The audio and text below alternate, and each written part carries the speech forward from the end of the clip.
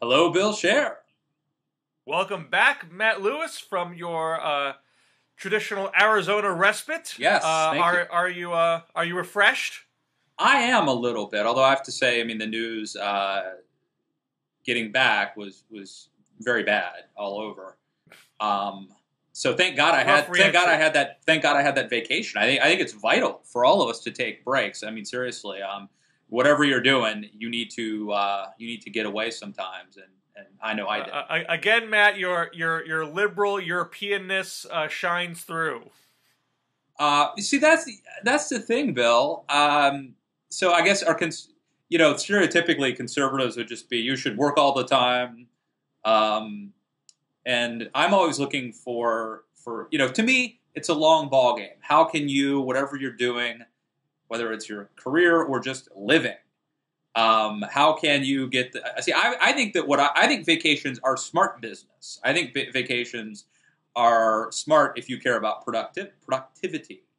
So that's because you're soft, and you're why America's in decline, and you don't believe in hard work and pull yourself up by your bootstraps.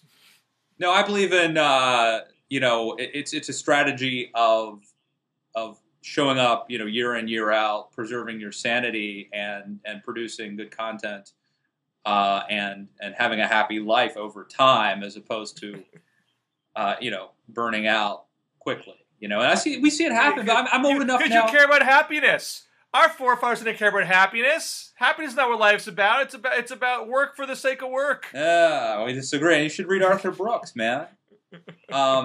Conservatives are happier than liberals, I think. So, but I mean, family.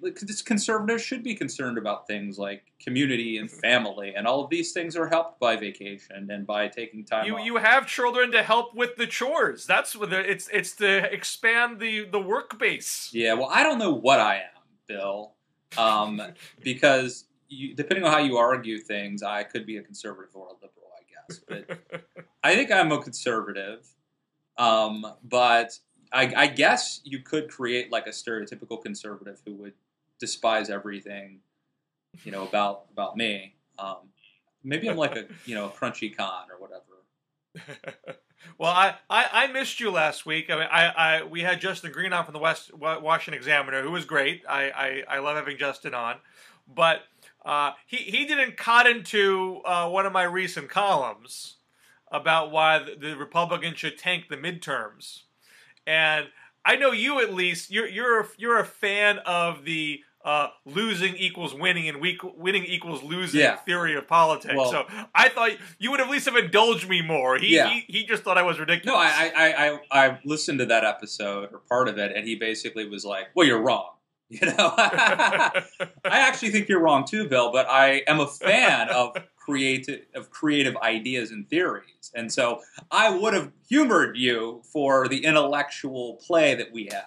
The interplay. That's what I'm asking for. Yes, that's all we need. A little humoring. Yeah, because I respect. Look, and here's the thing too about brainstorming and about creative ideas. The process of coming up with quirky ideas that sort of defy conventional wisdom. Sometimes I may say maybe. You were a little bit out there on this one, but maybe you'll be proven right. You could be proven right. It's happened. It happens occasionally. Now, as you said, it's a pretty depressing week news-wise, but let's and we'll have to get there. Yeah. But I want to ease you back in from vacation. Let's talk about something more fun. Rick Perry's mugshot. Yes. Or as I've seen on Twitter, smug shot. Yeah, it was great, and.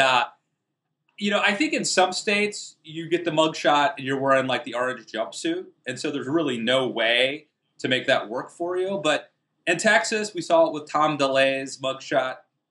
This is sort of like a kind of a formality, and you can show up in a suit, and you can, But I say anytime you've got the mugshot happening, smile, fix your hair. You don't want to look like Nick Nolte. Try to look sober, and I think that Rick, the thing with a mugshot is that it's almost, if you see a mugshot of somebody, it's an implication of guilt, And just the very existence of a mugshot, even if you're exonerated, could be used against you politically in a world where optics matter. So I think Rick Perry deprived them of that opportunity. He ended up looking great. I think if this indictment wasn't already a farce and a joke, I think Perry has made it funnier. And then I would also say it's a baller move to then go out for ice cream afterwards, which I thought was a nice touch as well. So I think it was a brilliant stroke, and I think that there's something to be learned there. To smile, but it does raise a lot of interesting questions about should mugshots be made public? Are people politicizing? Using clearly, I think the Democrats in this case using the judicial system for political purposes. But what's your take? Yeah, well, I want to talk about the mugshot more. I'm not an expert on the Rick Perry case. I haven't read the case law. I don't know it all inside and out. Not particularly know more than I do. But I have seen a couple pieces that have argued that that the special prosecutor was named by a Republican judge, and so it's not coming out of the Travis County Public Integrity Office, and that the charge is it's not about whether he gets to use his veto or not. It's that he was trying to intimidate an elected official out of her job, however horrible an elected official she may have been. I know she was busted for a DWI. You can't threaten, you can't intimidate someone who is an elected official. It's not your job. The president can't say to a congressperson, you better get out, or I'm gonna cut your staff budget. That's not a proper use of what a president can do. So there may be more to this. I mean, I know there's been a lot of folks saying there's nothing to it. There's a lot of liberals saying there's nothing to it. Yeah, a lot of liberals, right? Jonathan Chait, Mark Halperin, Ari Melber, New York Times editorial, Washington Post editorial. So I think it's general. And by the way, I think interestingly, now on one hand, my initial thought here was it's probably a bogus charge, but just being indicted, and by virtue of having that hang over your head, it would cast a pall over your presidential ambitions. And he was this close to being president. Yeah, he was really at the top of the pack. Really close. But now, because it has been so universally mocked, I'm starting to think it actually helps him. And his last doesn't always help a Republican to be seemingly attacked by liberals. Isn't that the best way to rise to the top of the conservative pack? It doesn't hurt. And I think we do ourselves harm when we make false accusations, and so we talked about this a few weeks ago, Bill. Actually, no, I talked with Alex Seitz-Wald about this. You were out that week. Alex and I talked about how impeachment used to be a big deal, and Nixon's the fear of impeachment, the fact that he had to resign, really tarnished his entire legacy. He became a pariah, and I think Republicans thought that would happen to Clinton, and it didn't. And so there's sort of the death of outrage, the death of shame. And I think that the indictment thing, so that has some credence. It's a different story. I think there's a difference between an obviously politically trumped up impeachment and something that has some legal juice to it. Perjury is a serious thing, Bill. But look, whether it's justified or not, I think that indictment is the new impeachment, meaning that it doesn't have the sting it used to. And part of the reason is that we are trumping up charges. And I'm using we, as the media, the politicians, whatever. And that once you throw around the word, if you try to impeach everybody, if every president has a threat of impeachment, as they now do, it loses something. And likewise, if every politician, gets these bogus, charges brought against them, then it takes the sting away. And then what happens when someone really deserves it? It sort of lessens that. Well, I still imagine if someone really deserves it, people analyze the underlying case, and you have an actual judicial system that presumably doesn't even just take into account the punditry around it and actually looks at the law and makes its own objective decision. So But, I don't think we're any fear of no, but I disagree. Actual guilty people not being found guilty. Well, look, you're right. I mean, in the court of law, you're right. I mean, but in the court of public opinion, I think that it's the boy who cried wolf sort of thing. I mean, when politicians are, when a Republican president is automatically attacked by Democrats, sued and accused of whatever, and threatened to be impeached, and then whenever a Democrat president comes in, when Republicans automatically, say he's a dictator, threaten to impeach, at some point, the observers just say, oh, well, this is politics again. He's probably not guilty of anything. But what if he is? What if he actually is? I think there is a danger.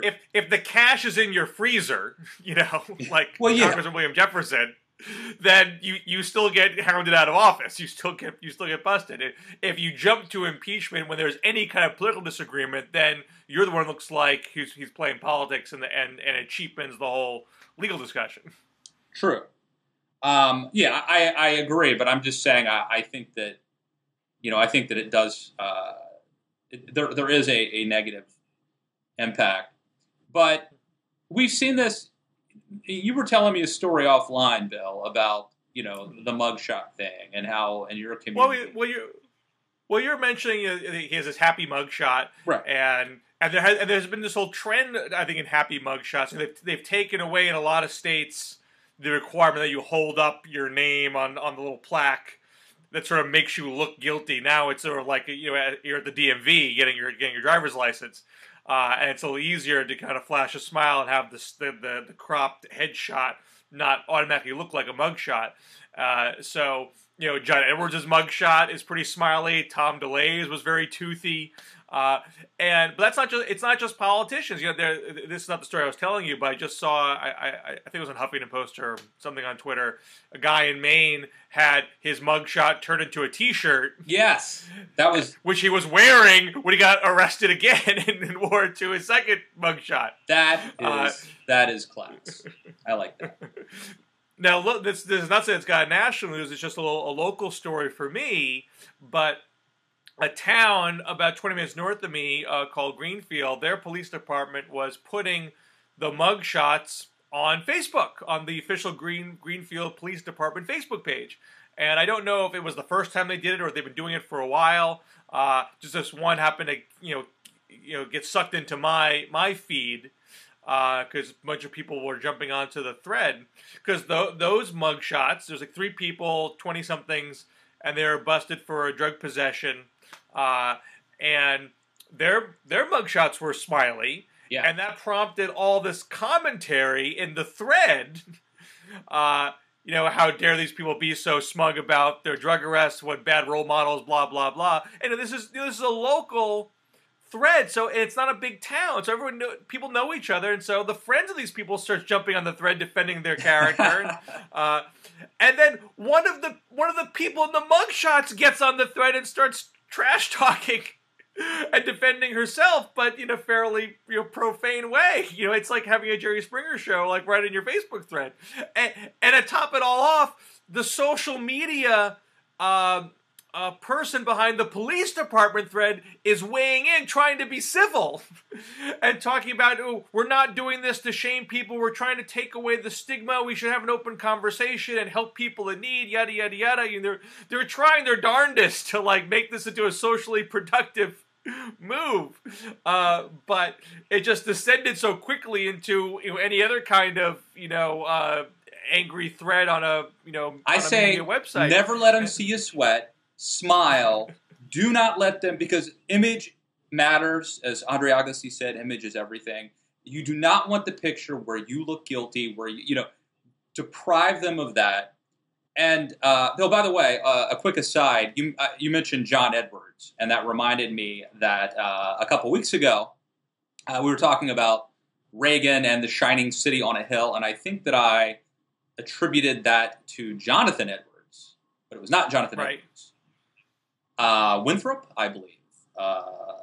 Yes, John Winthrop, City on a Hill. So I just wanted to correct that. I don't know if anybody caught it. I assume our fastidious viewers noted that and put it in the comments. I don't know, but not Jonathan Edwards. Certainly not John Edwards, the the former, the disgraced vice presidential nominee of a certain party. But anyway, so never let him see a sweat, and smile if you can. Well, we should probably shift into, well, maybe before we get to the more depressing stuff, let me be self-promoting, because I had a piece at Politico over the weekend coming off of the Hillary Clinton foreign policy interview, which was titled, "Is Hillary Clinton Too Hawkish to Win in 2016?" But it also talked about Rand Paul, and is Rand Paul too dovish to win in 2016? And the germ of the piece was the fact that Hillary had this interview where she's very provocative and daring, I think, to the more anti-interventionist left. This was not a poll-tested, cautious interview. She's practically daring the folks on the more anti-war side of the ledger. I dare you to come at me because I don't think you can lay a glove on me. And so she seems to be almost eager to have that foreign policy debate with the anti-interventionist left. And at the same time, you have Rand Paul. He had an op-ed he had his comments in February saying we should stop poking Putin. Conservatives should stop poking Putin. The Cold War is over. We need to have a more continued relationship. This was like 2 days before he invaded Crimea, so he had to recalibrate after that. And then in June, he has the op-ed in the Wall Street Journal saying let's not pick sides in the Iraq civil war. Why should we be fighting ISIS in Iraq when we were protecting ISIS in Syria? Which I think is an oversimplification of Syria, but that's what he said. And he then had to recalibrate those comments after Obama's strikes against ISIS, where he now says he has mixed feelings about those attacks. He doesn't outright oppose them, but he wants to push for more direct congressional authorization of them. So he's trying to have this debate with the right in the Republican primary, though he's having some difficulty, I think, sticking with it because events keep moving under his feet. But you could have, two simultaneous grand foreign policy debates in the presidential primaries, which is very unusual because most of the time foreign policy is not the dominant issue of presidential politics. And you don't usually tangle with your bases on that subject in presidential primaries. And the other point that I think is historically interesting is, number one, I do think the Democratic history with interventionism is more interventionist than people sometimes appreciate. Obama didn't have any problems getting renominated after his Libya intervention or not rushing out of Afghanistan.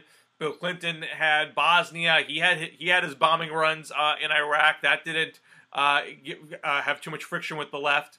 And then you go back even farther. Harry Truman drummed Henry Wallace out of the Democratic Party, which he was reluctant to do. He thought Wallace had a lot of currency with the left. He thought it was going to cause a party split, and he ran third party, but it didn't amount to much. And you go back even farther with Woodrow Wilson and William Jennings Bryan. Bryan resigned in protest of Secretary of State because he thought Wilson was being too belligerent to Germany. And Wilson was pushing for military preparedness, and Bryan was pushing for more strict isolationism. And that was a fight before the 1916 presidential election, and Wilson essentially showed he had dominance in the party over Bryan, who had run for president three times prior. So there's this history of Democratic interventionists actually having the upper hand. Now you have Noam Scheiber in the New Republic saying, well, this is a particularly raw moment in foreign policy politics, that because the disgust for interventionism is at an all-time high, and that makes Hillary's move a quote-unquote blunder. And he pointed to this Pew poll, which shows that the percentage of people who say the U.S. should mind its own business, quote-unquote, in global affairs is literally at a 50-year high. I mean, it's dramatically higher than any time it's been before since the Pew did the poll. But underlying in that poll is the party ID. And with Republicans and independents lean right, that number has more than doubled in the past decade. But with Democrats, it's only ticked up a little bit from 40 to 46%. To mix a plurality, but not a majority. So the big move there is all on the right. So Hillary might be saying to herself, look, there's division on this issue, but I can win the argument because we've won the argument in the past. Rand Paul can say to himself, there's a big opening for me here because there's this huge shift in the right's thinking on these subjects. And then the question for Rand has to be how fundamental is that shift? Because the support across the board, including Republicans, for the Iraq strikes is very high. So this might be more case by case than can be appreciated. And also it could just be a knee-jerk reaction to Obama and not really a real deep shift in thinking. But Rand's trying to take advantage of this moment. We'll see if he can do it. And so 2016 may be this big foreign policy debate and not a big debate over the economy. So that's sort of the where I was going with the political piece. I don't know if I threw a lot at you there, Matt. I don't know if you have any thoughts about that. I have a lot of thoughts. There's a lot to chew on there, Bill. I guess first I would say I'm very skeptical of any polling having to do with foreign policy. I just feel like the American public is fickle, and that events will drive the opinion. 1 minute, the public may want to stay out of the world's business, and the next minute something happens and changes everything. So I don't feel like the public has a sort of foreign policy philosophy that they'll consistently hold to. I think it's very contingent on the circumstances, and I do think that what we've seen recently is sort of an overreaction to Bush's adventurism, and I feel like these things go swing like a pendulum. By and large, though, I think that Americans are action-oriented, and so more often than not, I do suspect that they will err on some sort of intervention. Although boots on the ground, it could be somewhat of a nuanced thing. They certainly don't want to see Americans coming home in body bags, but in terms of exerting power and influence around the world, I think that most Americans are just fine with that. So long as they don't have to be confronted with any of the gruesome details. So now you had written before that you thought Hillary's injury was a masterstroke, and this was disagree with you about this that. was an unpopular opinion. Matthew Continetti over at at the Free Beacon, the Washington Free Beacon, is the only other conservative that I saw who agreed with me, and I think we both very reflexively saw this interview that Hillary Clinton gave with the Atlantic, where she was sounding very hawkish. And I think Continetti and I both very reflexively were like, oh my gosh, Hillary is for real. Like this is a very serious threat that she could essentially really win the Middle America. And I think the conventional wisdom on this whole thing has generally been negative. Yeah. That she's picked a fight with the left that she didn't need to pick. Right, and I think my gut instinct when I saw this was that this was a stroke of brilliance, assuming she doesn't have to worry about winning a primary. And I don't think she does. I think that she can waltz into the nomination, unlike last time.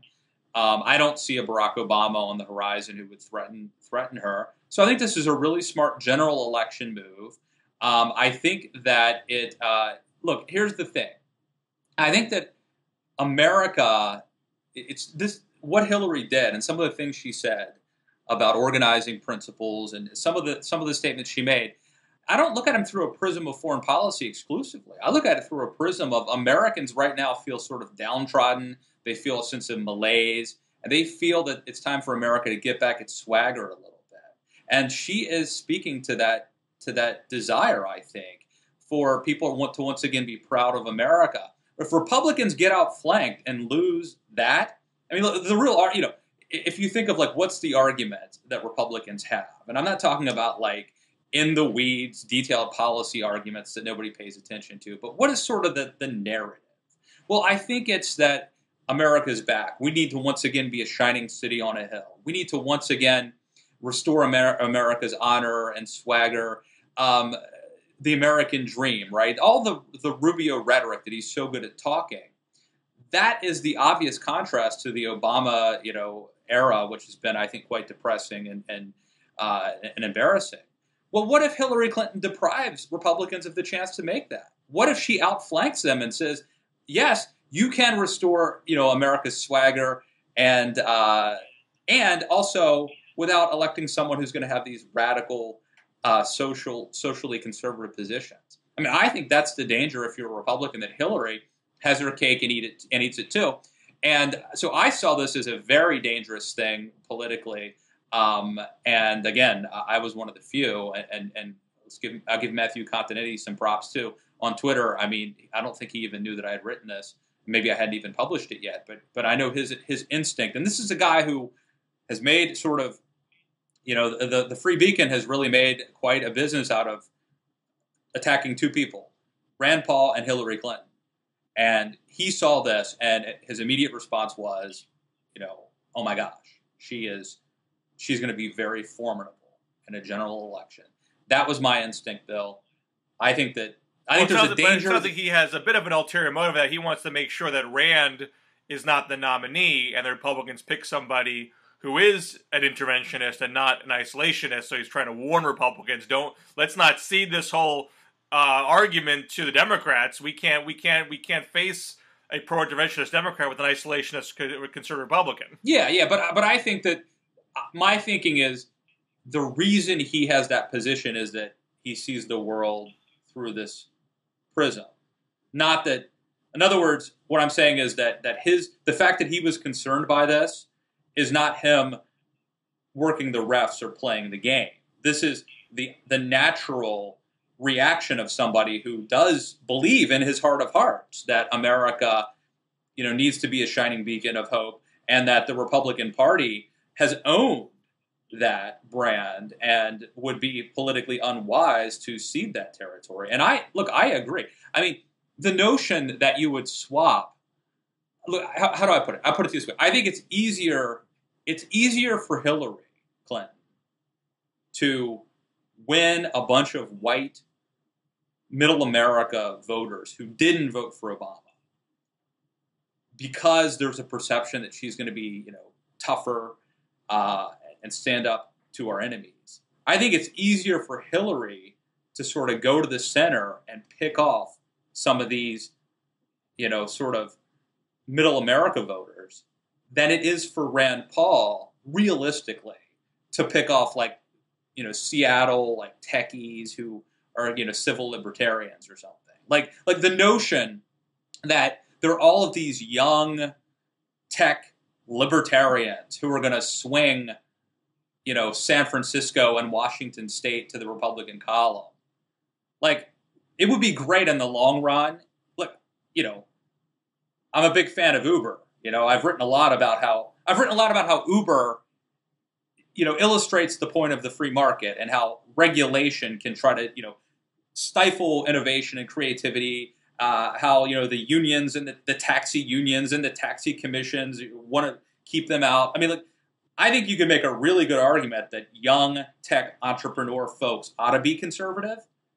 But in terms of winning votes, I think it's much easier for Hillary to pick off some of these, I don't know what to call them, middle America voters than it is for Rand Paul to win the election because he wooed, young tech entrepreneurs. Because I think that Rand Paul, and I've always thought this, that his support, and by the way, the last time I checked, he was winning New Hampshire and Iowa, so he's formidable. But I've always thought that his support evaporates the minute you start running ads about the Southern Avenger and the Civil Rights Act, and all those tech people who might agree with him are going to be running the other way as soon as those ads hit.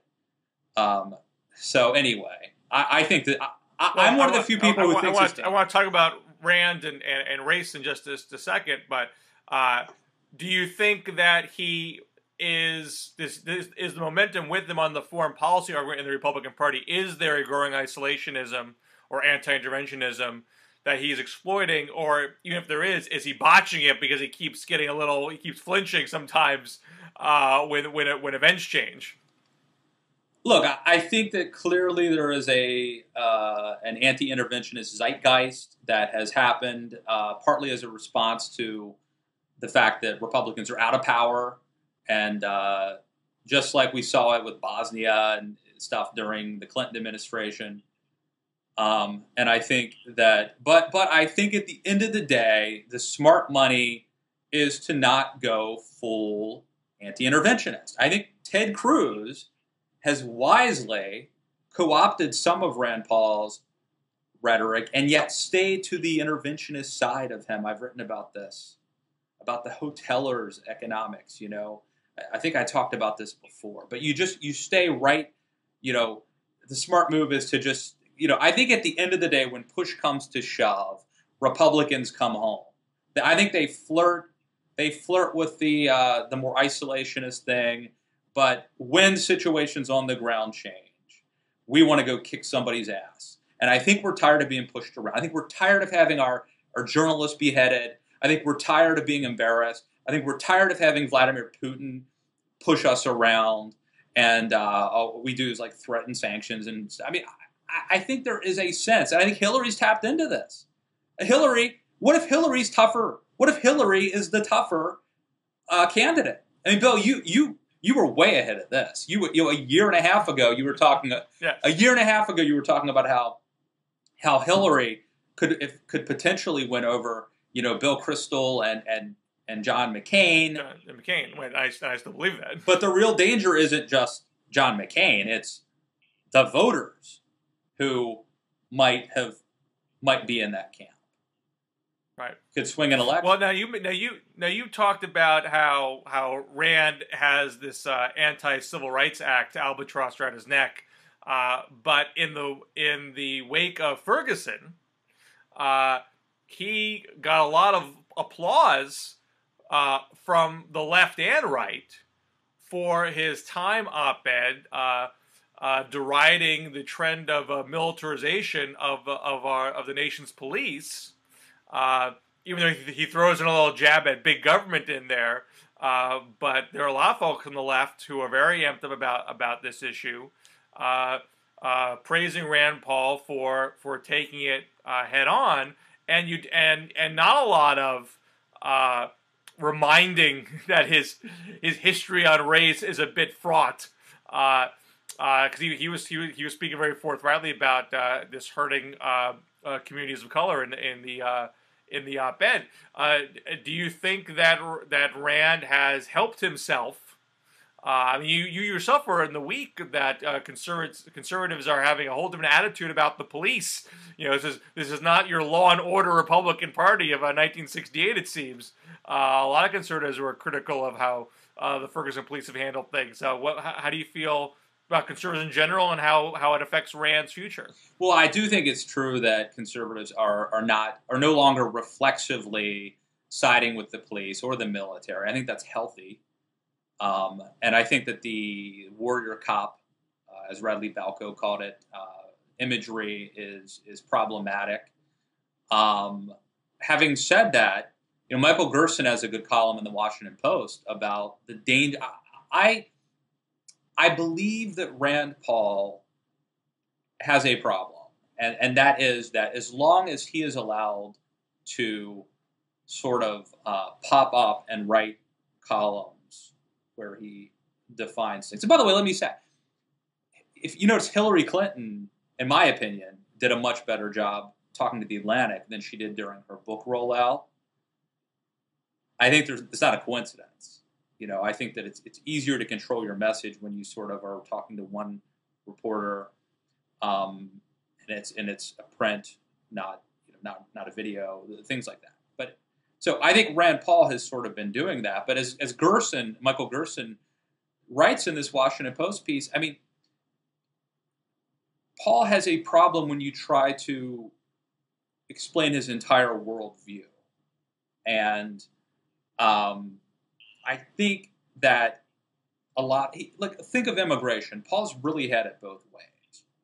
I mean, Marco Rubio, I think, had this profile in Courage where he went all in, was for immigration reform, and got the hell beat out of him for championing it.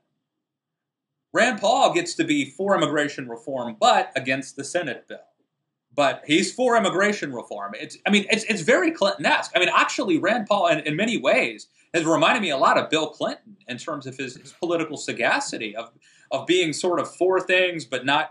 I mean, but I don't know how long he can pull that off. How long, if you can run for president. My sense is, and how he can, do that when the spotlight gets much more intense. Yeah.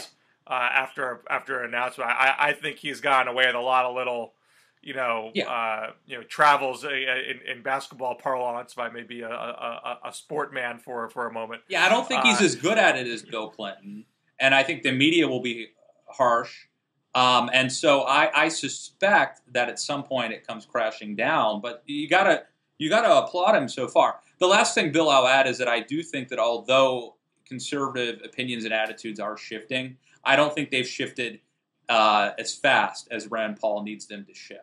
So I think that when push comes to shove, now you can have people flirting with anti-interventionism and questioning the police and all that, but I think at the end of the day, when push comes to shove, when you go into the ballot box, I don't think conservatives, the folks in Iowa, let's say, are going to be that comfortable with this rapid of a shift.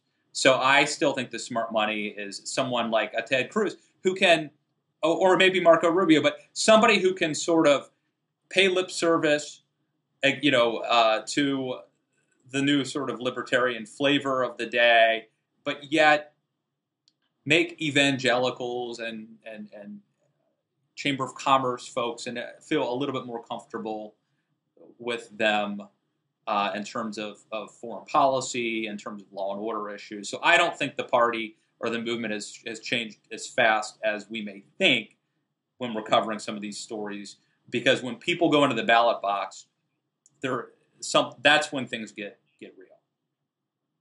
Now, do you think that Rand, let's say Rand comes back to Congress in September and is a driving force in passing legislation to scale back this Defense Department program where they give the police forces some of their unused or used military equipment.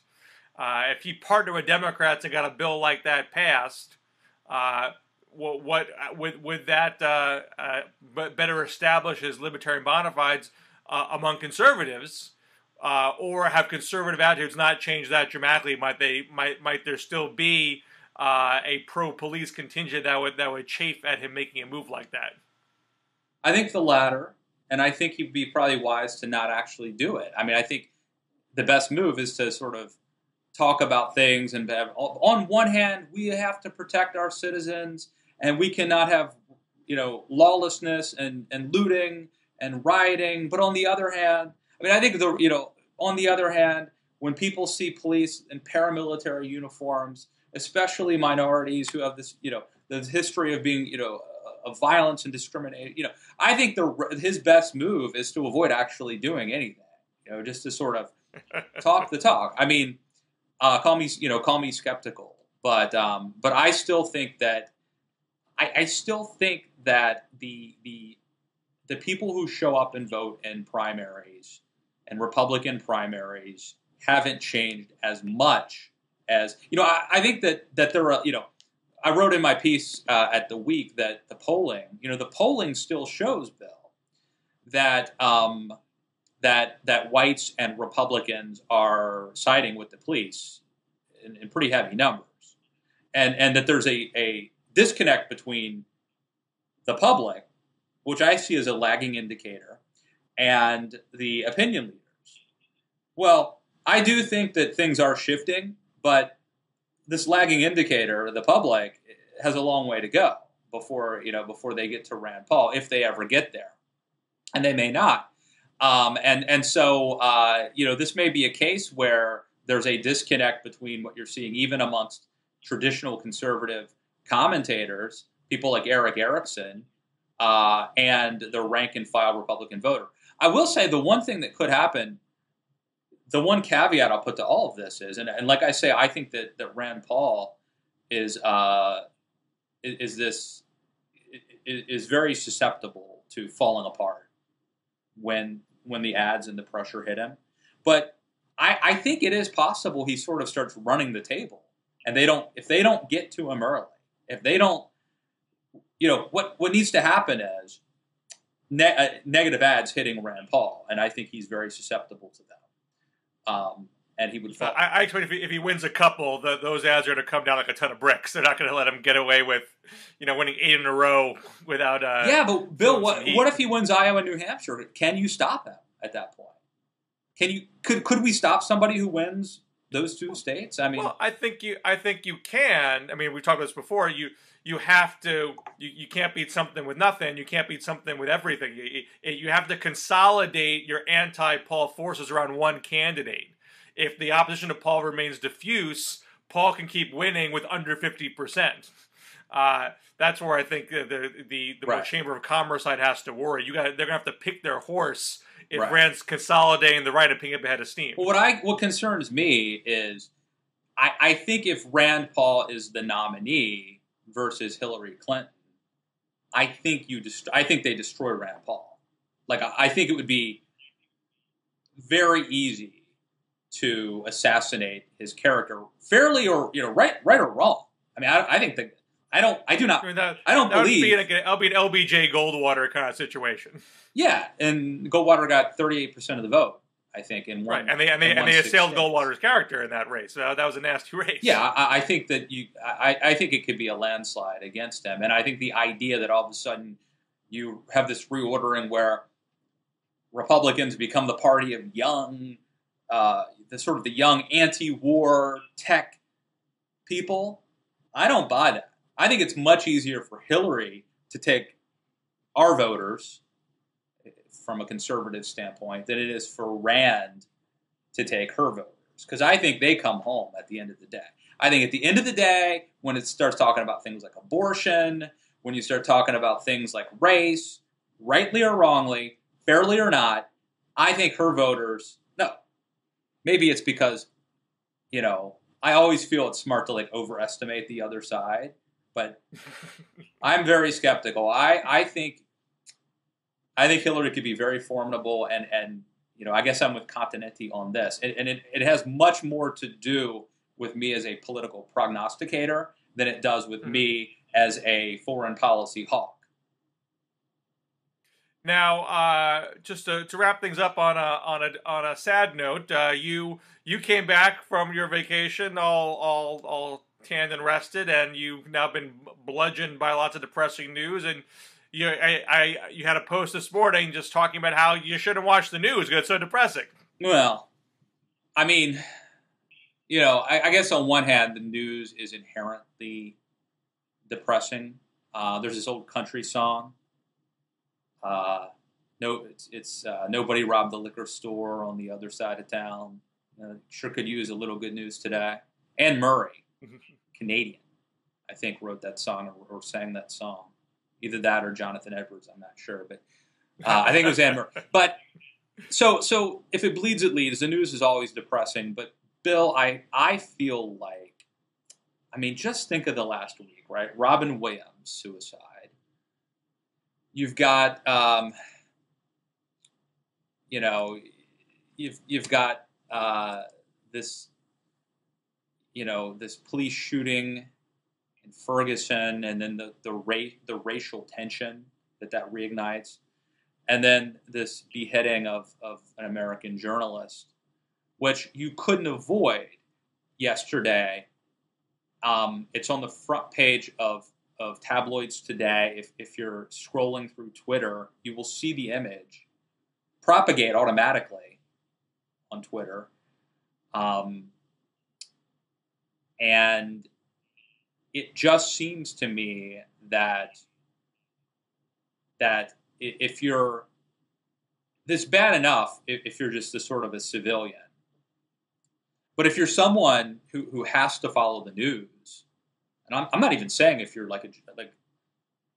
you don't even have to be a journalist who puts himself in harm's way, but if you're just someone sitting in your nice office in D.C. or New York who sort of has to follow the news, I think, and I think that the numbers back me up here, as I've seen some things out of Columbia Journalism School.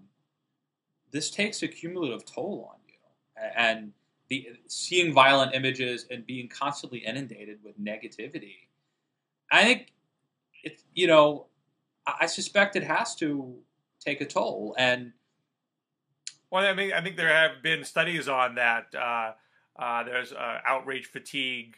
I think there have been just constant bombardment of negative news can have depressive effects on people. So I mean, it is something to. I mean, watching news inherently gives you a distorted picture of the world because of the bleeds it leads phenomena. You are not seeing the full scope of everything that happens in the entire world on the day. Anyone who had a nice day that day doesn't get on the news for having a nice day. There was an old Bill Hicks routine about how you watch news, AIDS, war, famine, death, AIDS, war, famine, death. You look outside your window and it's a nice day. Yeah. So I do think there is this kind of media theme lately that's sort of world spiraling out of control, which I think lacks a great amount of historic perspective. The fact that certain bad things are happening today is not necessarily a flashpoint for bad things going completely haywire. Well, we didn't know. I mean, in the old days, if ISIS was, taking over, Iraq or killing the Kurds or Christians there, we wouldn't. And when I say we, I'm just talking generally about the American public. We wouldn't really know about it, maybe, or if you did, you would just be reading about it in the paper, and it would seem so far away and so removed. But you wouldn't be inundated with images of it on 24/7 cable TV or on Twitter. And I mean, there's no doubt that this drives everything from our public policy to I suspect, a certain sense of depression amongst some. I mean, I don't want to use the clinical term depression just because of the context, especially in light of Robin Williams and the conversation that has sparked. But, there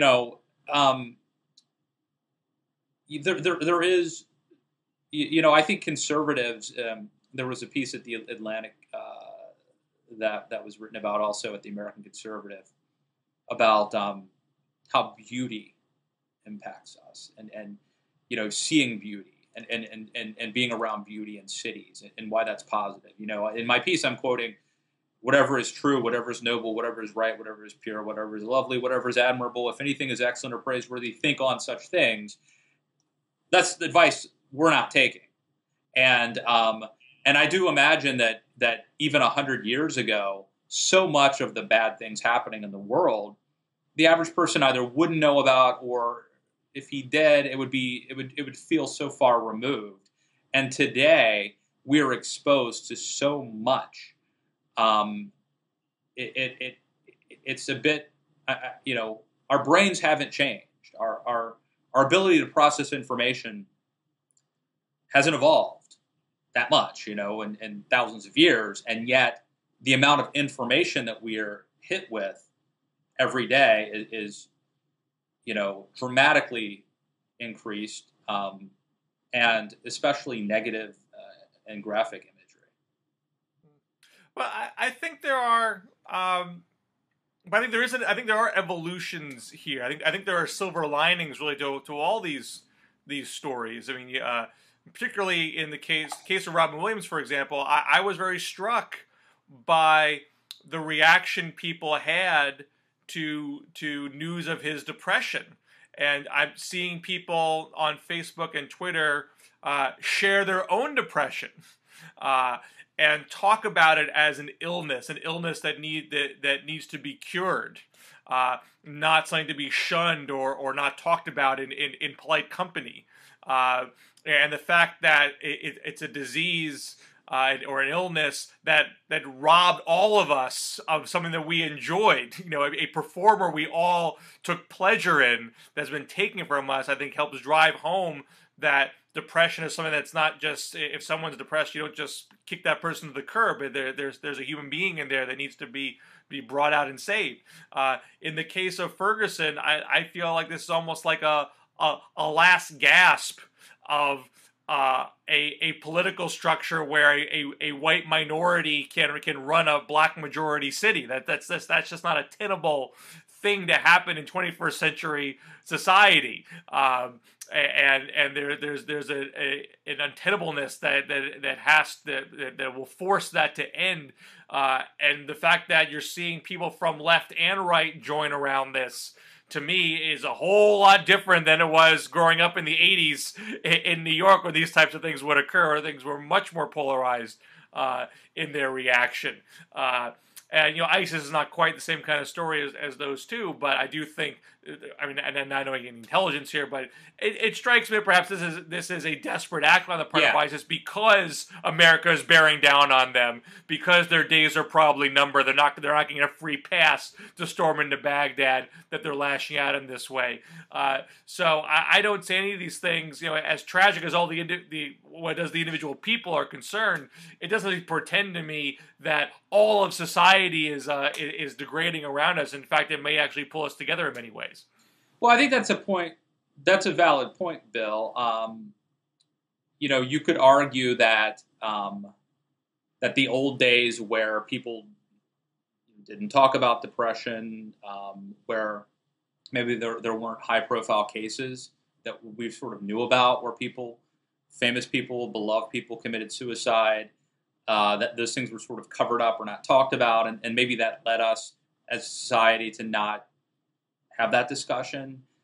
I think you could argue certainly that that what's happening in Ferguson, obviously there are plenty of individual tragedies there, but that that not talking about it, that not that covering it up or not paying attention to it, or just sort of moving on, would have been the best way to avoid actually changing things that need to be changed. And I would even say that this, horrific beheading, which there is really no good to come from it, but the specific thing that I was talking about is the fact that it was shown and broadcast. You could argue that the fact that we were forced to see it could force Americans to at least acknowledge that there is evil in the world, and that we can't hide from it in our leafy suburban neighborhoods, that there is evil in the world. There are people who want to kill us, and that they need to be, those people need to be dealt with, and that protecting us from that imagery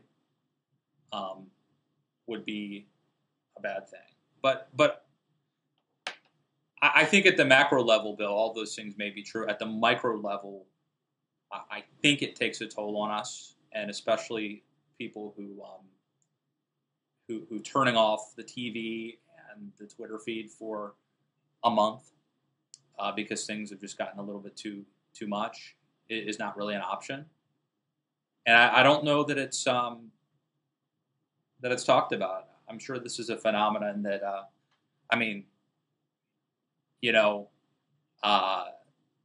there are people who are actually putting themselves in harm's way to do reporting, and that clearly is much more risky and dangerous, and I'm sure takes a much bigger toll. But I do suspect that that we don't fully appreciate the difficulty that's involved with people who are watching the news all the time. That's all I have to say about that. So, why don't we leave it on that note, sir? Well, you've depressed me, Bill. I was happier talking about Rick Perry's photo op coup, and here we are. I had to ease you into it. I can't make you look away from the world, Matt. There's only so much I can do. Justin Green will be filling in for Matt for the rest of the month, while Matt goes on a little unscheduled vacation. Well, I'm going next week, so I know I'm vacation happy this summer, so I'm going next week. So Oh, good. Are you going to be able to? Are you going to be able to like unplug and tune out, or are you going to be on a work? I'm going to try. I'm going to do a little, just a short drive. I'm not technically Cape Cod, I think just before Cape Cod, but near water, and with a couple extra friends. So I'll have kid help. So that makes it the potential for some relaxation is dangled in front of me. Very nice. So yeah, it should be a good few days. All right, man. Well, have a good one. Get some rest, and we'll see you back here in the DMZ in a couple weeks. All right. Thanks. Take care.